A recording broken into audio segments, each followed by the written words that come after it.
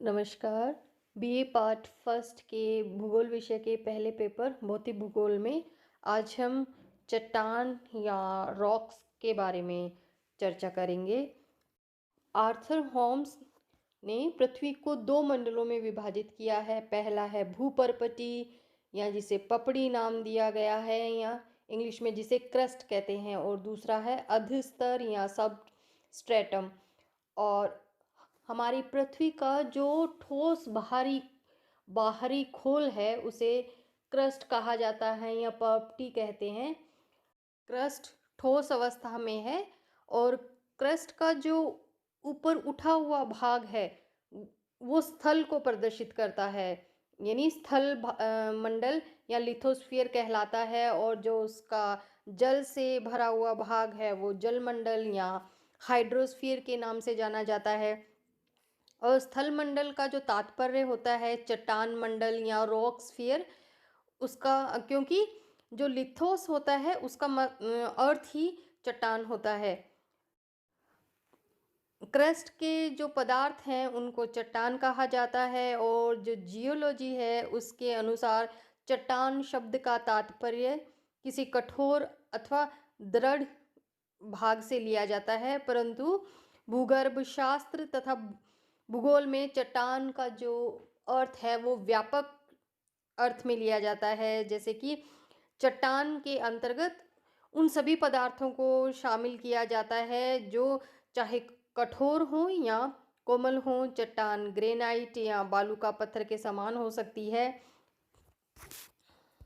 चट्टान की जो रचना है वो एक से अधिक पदार्थों को मिलकर होती है, और प्रत्येक चट्टान में एक से अधिक खनिजों का सम्मिश्रण रहता है। क्रस्ट के अनेक तत्व कई रूपों में एकत्रित तथा संगठित होकर शैलों का निर्माण करते हैं। पपड़ी के तत्वों पर यदि दृष्टिपात किया जाए या देखा जाए तो ये तत्व अत्यंत हल्के हैं। यही कारण है कि पृथ्वी की जो क्रस्ट है वो अधस्तर यानी सबस्ट्रेटम से हल्की तथा कम घनत्व वाली है। प्राय ऐसा विश्वास किया जाता है कि क्रस्ट की शैलों की रचना लगभग 2000 खनिजों से हुई है, और इनमें से केवल 6 खनिजों का ही अंश जो है वो अधिक रहता है, और उनमें है फेल्सपार, क्वार्ट्ज, पायरोक्विक्स, एम्फीबोल्स, माइका और ऑल्विन। क्रस्ट की जो रॉक्स हैं वो कुछ भाग कठोर तथा संगठित है, जबकि उनका कुछ जो भाग है वो ढीली एवं असंगठित जो चट्टानें हैं उनसे बना है। कुछ शैल आकार में बड़ी एवं कुछ छोटी, कुछ एक समान और कुछ अलग अलग होती हैं। पृथ्वी के ऊपरी भाग पर तरह तरह के स्थल स्वरूप पाए जाते हैं, और इन स्थल स्वरूपों का आकार और स्वरूप शैलों की बनावट पर आधारित होता है, क्योंकि अपरदन के विभिन्न साधनों द्वारा अपरदन की मात्रा तथा प्रभाव शैलों की संरचना तथा संगठन पर आधारित होता है। साधारण रूप से शैलों की रचना दो रूपों में होती है, या तो क्रस्ट के ऊपर या क्रस्ट के नीचे। यदि क्रस्ट पे जो सारी चट्टानें फैली हुई हैं उनका विश्लेषण किया जाए तो ये पता चलता है कि उनकी जो उत्पत्ति है यानी उनका जो ऑरिजिन है, उनके जो भौतिक गुण यानी फिजिकल क्वालिटीज़ हैं और केमिकल गुण तथा स्थिति में पर्याप्त अंतर पाया जाता है। और इन चट्टानों को सामान्य रूप से उनकी निर्माण प्रक्रिया यानी वो बनी कैसे हैं उसके आधार पे विभाजित किया जाता है। तो बनावट की प्रक्रिया के आधार पे चट्टानों को हम 3 पार्ट्स में बांट सकते हैं। पहला है आग्नेय चट्टान, दूसरा है अवसादी चट्टान और तीसरा है रूपांतरित चट्टान। जो आग्नेय जो शैल है वो पृथ्वी के जो तरल मैग्मा तथा लावा के शीतल होने से निर्मित होती है, यानी जब मैग्मा या लावा जो है वो जम जाता है तो वो इग्नियस रॉक्स कहलाती है।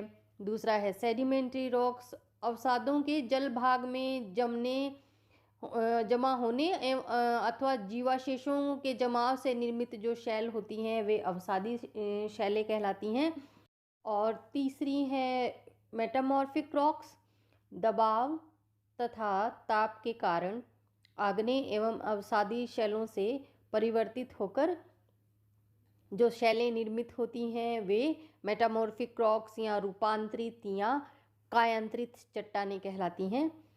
और एक जो सामान्य विभाजन है, नॉर्मली जो हम उनका क्लासिफिकेशन करते हैं, तो उसके अनुसार हम उनको रवेदार शैलों के अकॉर्डिंग अगर बांटें तो उसके अंतर्गत क्रिस्टलाइन रॉक्स में दो तरह की रॉक्स आ जाएंगी, यानी इग्नियस रॉक्स और मेटामॉर्फिक रॉक्स जो हैं वो क्रिस्टलाइन रॉक्स होती हैं। और दूसरी हैं ढेर युक्त या कास्टिक रॉक्स जो होती हैं, तो इसमें अवसादी जो शैलें हैं वे इस कैटेगरी में आएंगी।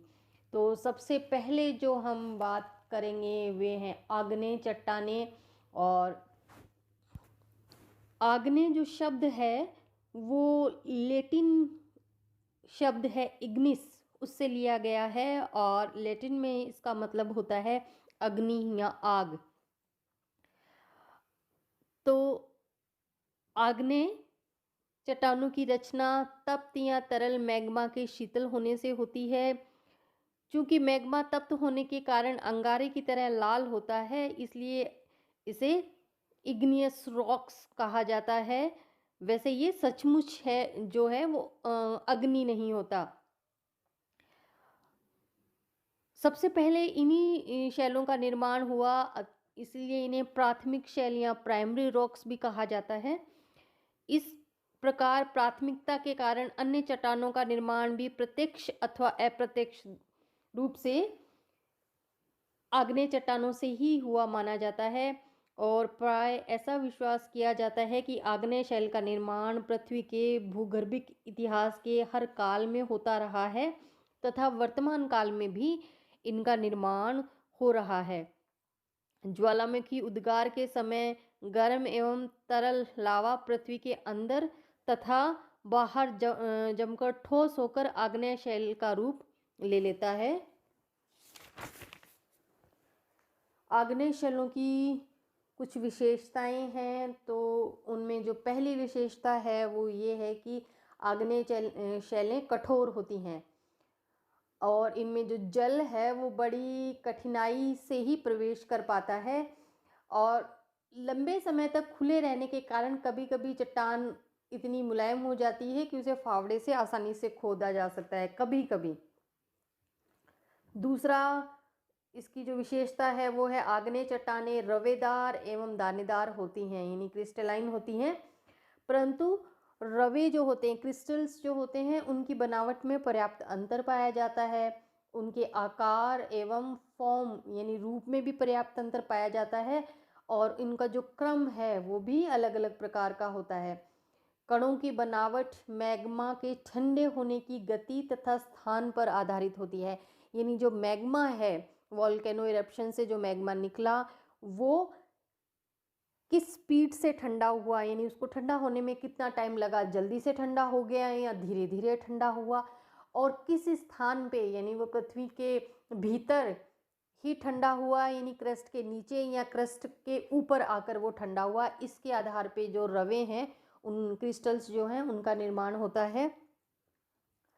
और जब मैग्मा ऊपरी धरातल पर ठंडा होता है तो वो बहुत तेज़ी से जमने लगता है, इसलिए जो कण हैं उनका जो पूर्ण रूप से निर्माण नहीं हो पाता।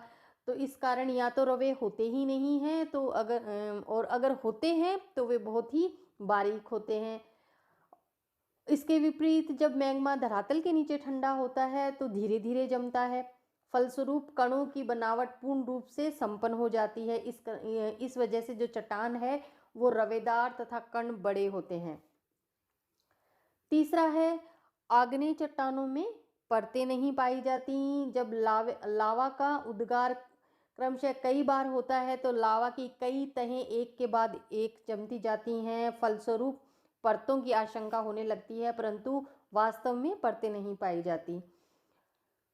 चौथा जो है वो विशेषता है कि इनमें पानी का प्रवेश बहुत कम होता है, इसलिए इन पे रासायनिक अपक्षय का प्रभाव बहुत कम होता है।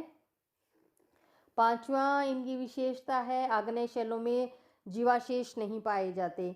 इनमें इसके कई कारण हैं कि क्योंकि ये मैग्मा के जमने से बनती हैं, तो इस वजह से इतने हाई टेम्परेचर पे कोई भी जीवाशेष जो हैं वो इसमें बच नहीं पाते हैं या जल जाते हैं।